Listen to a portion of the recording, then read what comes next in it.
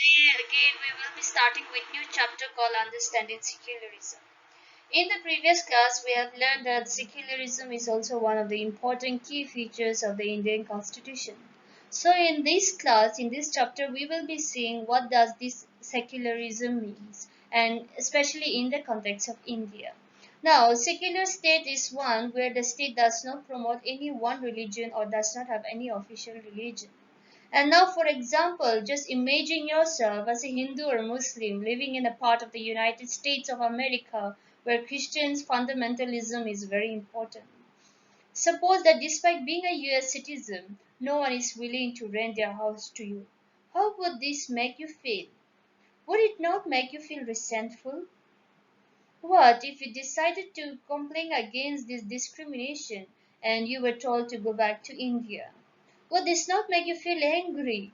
Your anger could take two forms. First, you might react by saying that Christians should get the same treatment in places where Hindus and Muslims are in majority. This is a form of retaliation. Or you might take the view that there should be justice for all. You might fight, stating that no one should be discriminated against on the grounds of their religion, religious practices, and belief. This statement rests on the assumption that all forms of dominations related to religion should end. This is the essence of secularism. In this chapter, you will read more about what means in the Indian context. History provides us with many examples of discrimination, exclusion, and persecution on the grounds of religion. I am sure you must have heard about the Jews, how it has been persecuted in Hitler's Germany, and how several millions of people were killed. Now, however, the Jewish state of Israel treats its own Muslims and Christian minorities quite badly. And moreover, again, we can have an example of Saudi Arabia. Non-Muslims are not allowed to build a temple, church, etc., and nor they can gather in a public place for prayers. Now, in all these examples, members of one religious community either persecute or discriminate against members of other religious communities. These acts of discrimination take place more easily when one religion is given official recognitions by the state at the expense of other religions. Clearly, no one wished to be discriminated against because of their religion, nor dominated by another religion.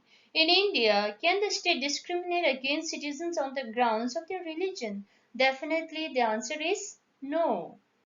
In the previous chapter, you read about the Indian Constitution contains fundamental rights that protect us against state power as well as against the tyranny of the majority.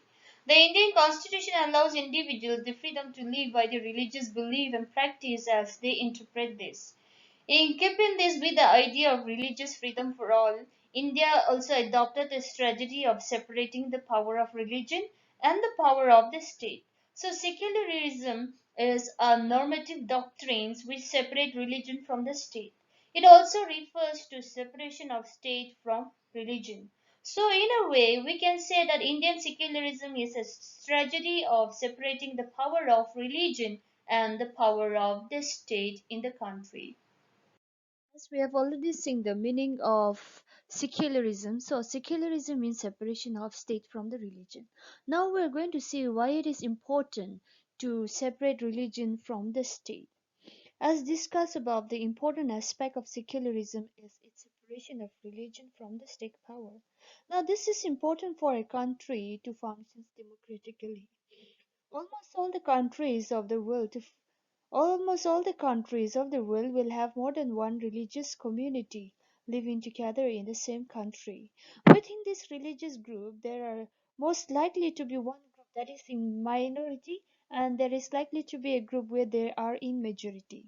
So now, if this majority religious group has to assist the state power, then it could be easily they could easily use the state power and financial resources to discriminate against and persecute persons of other religion.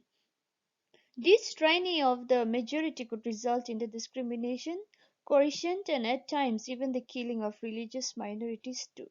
the majority could quite easily prevent minorities from practicing their religion as well.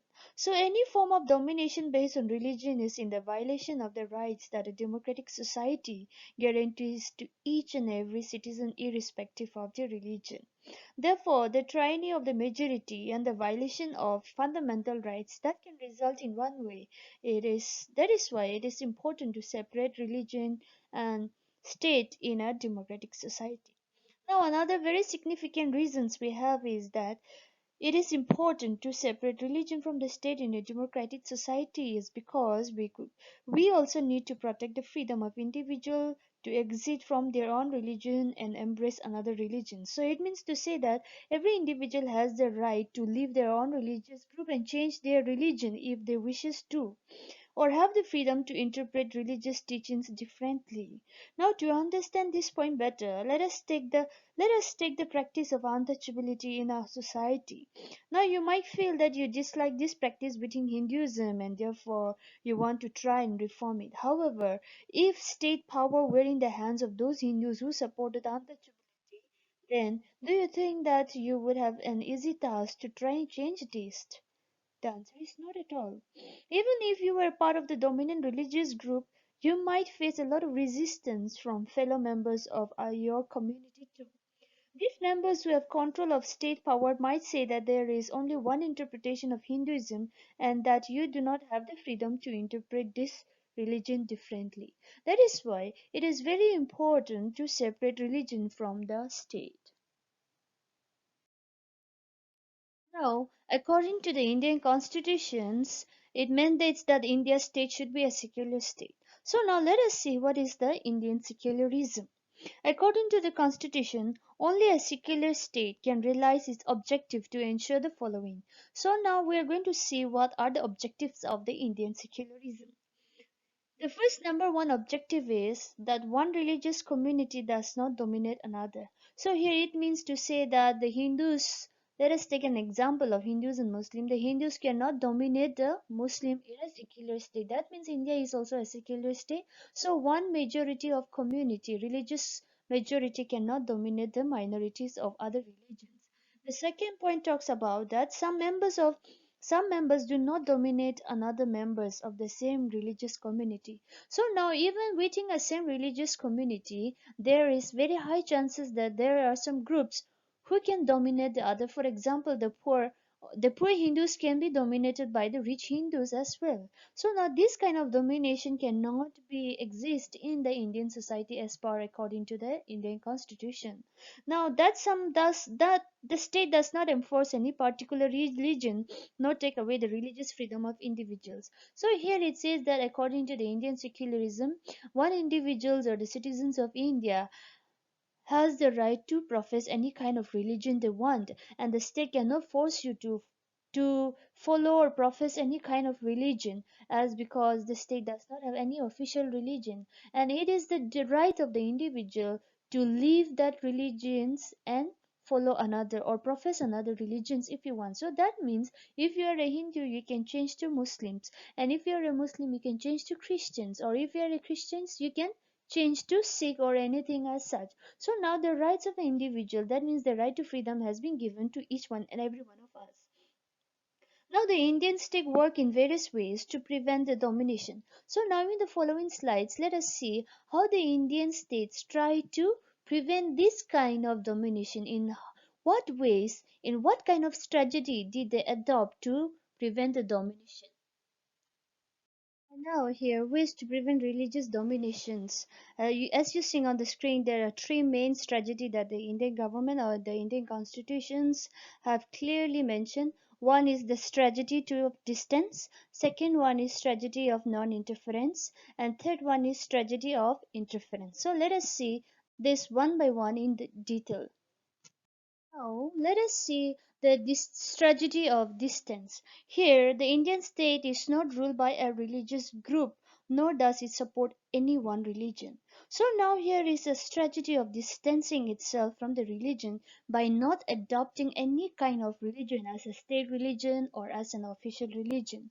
So now In India, government spaces like the law courts, police stations, government schools, and offices are not supposed to display or promote any one religion. However, the government schools also cannot promote any one religion either in the morning prayers or through the religious celebration. So the government in such a way that their government policy is treating every religion equally. However, this rule does not apply to private schools. So why? Because private schools are not of a government spaces. It is a private institution. So those religious minority institutions, according to the constitutions, they have the right to say the morning prayer according to the religions, and they also have the right to promote their own religion through the educational institutions. Now, the second way is the strategy of non-interference. Let us see. Indian secularism works to prevent the domination is through a strategy of non-interference. This means that in order to respect the sentiments of all religion and not interfere with religious practices, the state made certain exceptions for particular religious communities. Now on the screen you could see that a Sikh youth does not have to wear a helmet. This is because the Indian state recognized that wearing a pugri or turban is central to a Sikh religious practice, and in order not to interfere with this, they allows an exception in the law. Now, the third way in which the Indian secularism works to prevent the domination listed earlier is through the strategy of intervention. You have read earlier in this chapter about untouchability, and I'm sure you remember it. This is another good example where members of the same religion, upper caste Hindus, dominate the members of the lower caste within the society. That means within the same religious community. In order to prevent this kind of domination, religious based exclusions, and religious discrimination of the lower castes, the Indian constitution bans untouchability. In this instance, the state is intervening in religion in order to end a social evils, practices that is believed to discriminate and excludes and violates the fundamental rights of the lower caste who are citizens of the same country. So again, we can take example of the sati system. Sati system, as you all know, when a husband died, a female, the wife has to jump into the fire and burn herself with the husband. So now this is a uh, very violations of the human rights, especially the fundamental rights of an individual, and this has been abolished because it has violated the rights and interests of the female being a citizens of a country. Similarly, to ensure that laws relating to equal inheritance rights are respected too. State may have to intervene in the religious based personal laws of the communities. The intervention of the state can also be in the form of support as well. The Indian constitution grants the rights to religious communities to set up their own schools and colleges. It has also given them financial aid on a non-preferential basis as well. So this is how the Indian secularism works to prevent the dominations of one religious community to another religious community or within the religious community to achieve the objectives of the Indian secularism. Now, let us see in what ways is Indian secularism different from that of other democratic countries. Indian secularism is a very unique secularism. Please remember that. So we are going to see a comparative analysis here with the US and that of the Indian secularism. Now, some of the above objectives are similar to those that have been included into the constitutions of our secular democratic countries in other parts of the world as well. Now, we're going to have a case study with the US and Indian secularism. The First Amendment of the US Constitution prohibits the legislatures from making laws respecting an establishment of religion, or that prohibits the free exercise of religion. What is meant by the word establishment here? Establishment is that the legislature cannot declare any religion as the official religion, nor can they give preference to one religion. In the USA, the separation between the state and religion means that neither the state nor the religion can interfere in the affairs of one another. So now, even if the state feels that it's a violation of human rights and it's a violation of violations of the fundamental rights of an individual because of the religion, the state cannot interfere it. Now, there is one significant way in which the Indian secularism differs from the dominant understanding of secularism as practiced in the United States of America. This is because, unlike the strict separation between religion and the state in American secularism, in India, secularism works with that the state can intervene in religious affairs. You have read about how the Indian constitutions intervened in the Hindu religious practices in order to abolish untouchability and sati system as well. Now, in Indian secularism, though the state is not strictly separate from the religion, it does not maintain a principled distance with religion. So, this means that any interference in religion by the state has to be based on the ideals that laid out in the constitution itself. These ideals serve as the standard through which we can judge whether the state is or is not behaving according to the secular state. Now, the Indian state is a secular state and it works in various ways to prevent religious domination. The Indian constitutions guaranteed fundamental rights that are based on these secular principles. However, this is not to say that there is no violation of these rights in the Indian society. Now, look around yourself whether there is any kind of violation, any kind of domination within your community, within your society, or within your religious group. And I am sure, as being a student of social science students, you can analyze whether it is correct or not, what you should do, or what the governments are taking, or how the governments are taking the steps to prevent those kind of domination. Indeed, it is precisely because such violation happen frequently that we need a constitutional mechanism to prevent them from happening. The knowledge that such rights exist make us sensitive to their violations and thus enable us to take actions when these violations take place. Before we summarize the lesson, let me just quickly tell you one example that recently happened. In February 2004, French passed a law banning students from wearing any conspicuous or suspicious religious or political signs or symbols such as the Islamic headscarf, the Jewish skull cap, or large Christian crosses. This law has encountered a lot of resistance from immigrants who are mainly from the former French colonies of Algeria, Tunisia, and Morocco. Now, in the 1950s to 60s, France had faced a shortage of workers and therefore had provided visas for these immigrants to come and work in the country. The daughters of these immigrants often wear headscarves while attending school.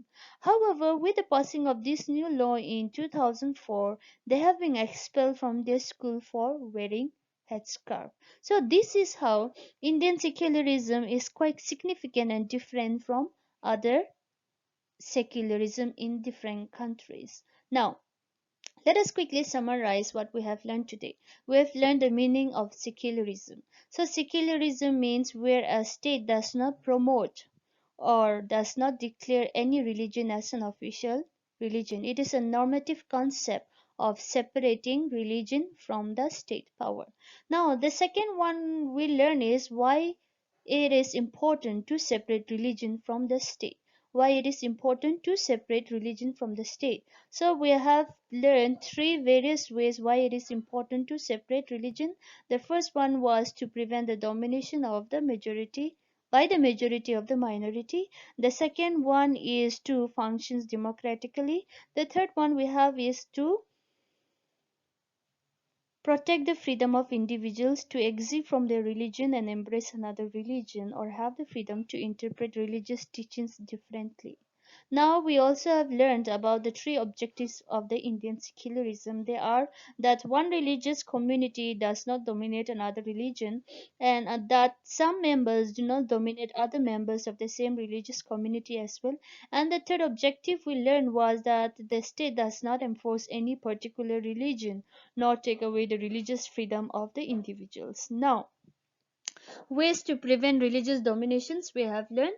The first one was strategy of distance. Second one is the strategy of non-interference. And the third one is the strategy of interference.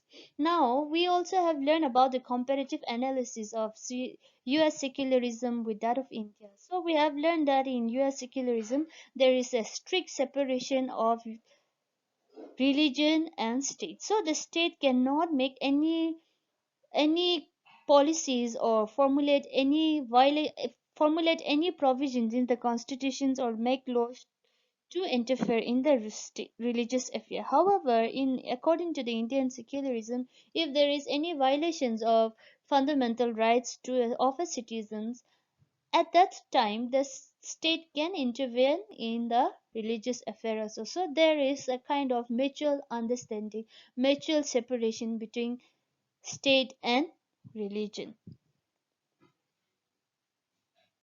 Let us look at the exercise in the screen. Question number 1. What does secularism refers to? So the answer would be secularism refers to separation of power, for separation of state from the religion. Now the second question is what is meant by secularism? So secularism is a normative concept where the state does not promote or declare any religion as an official religion. So now what are the objectives of the Indian secularism? So the objective, we have three objectives. The three objective of the Indian secularism is that one religious community does not dominate another religion. Second point, that some members do not dominate the other members of the same religious community. Third point, that the state does not enforce any particular religion nor take away the religious freedom of the individuals. Now, the next question we have is why it is important to separate religion from the state. We have discussed the three main reasons it is important to separate religion from the state because of the following reasons. The first reason is to function democratically. Second is to prevent the dominations by the majority of the minority. The third one is to protect the freedom of individuals to exit from their religion, embrace another religion, or have the freedom to interpret religious teachings differently. Now, let us see the fifth question. What are the various ways India adopted to prevent religious domination? So the various ways India adopted to prevent religious dominations are, we have learned three main things, that is strategy of distance, strategy of non-interference, and strategy of interference. Now, question number 6. What are the social evils abolished by the Indian constitutions to prevent domination? The first one is untouchability, preventions of the higher caste, domination of higher castes to the lower caste. The second one is to prevent the domination of male in the society to female, so that is the sati system. Now the next question we have is which religious group enjoy the special laws when it comes to non-interference? Do you remember? Yes, it is the Sikh community. Now the next question we have is which country prohibits the legislature in making laws relating to religious affairs? Which country? It is United States of America. Yes.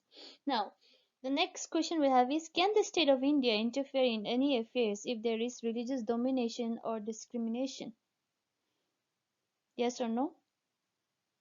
Yes. The answer is yes. The state of India will interfere in any affairs if there is religious domination or discrimination. Now the next is what are the differences of US secularism and Indian secularism?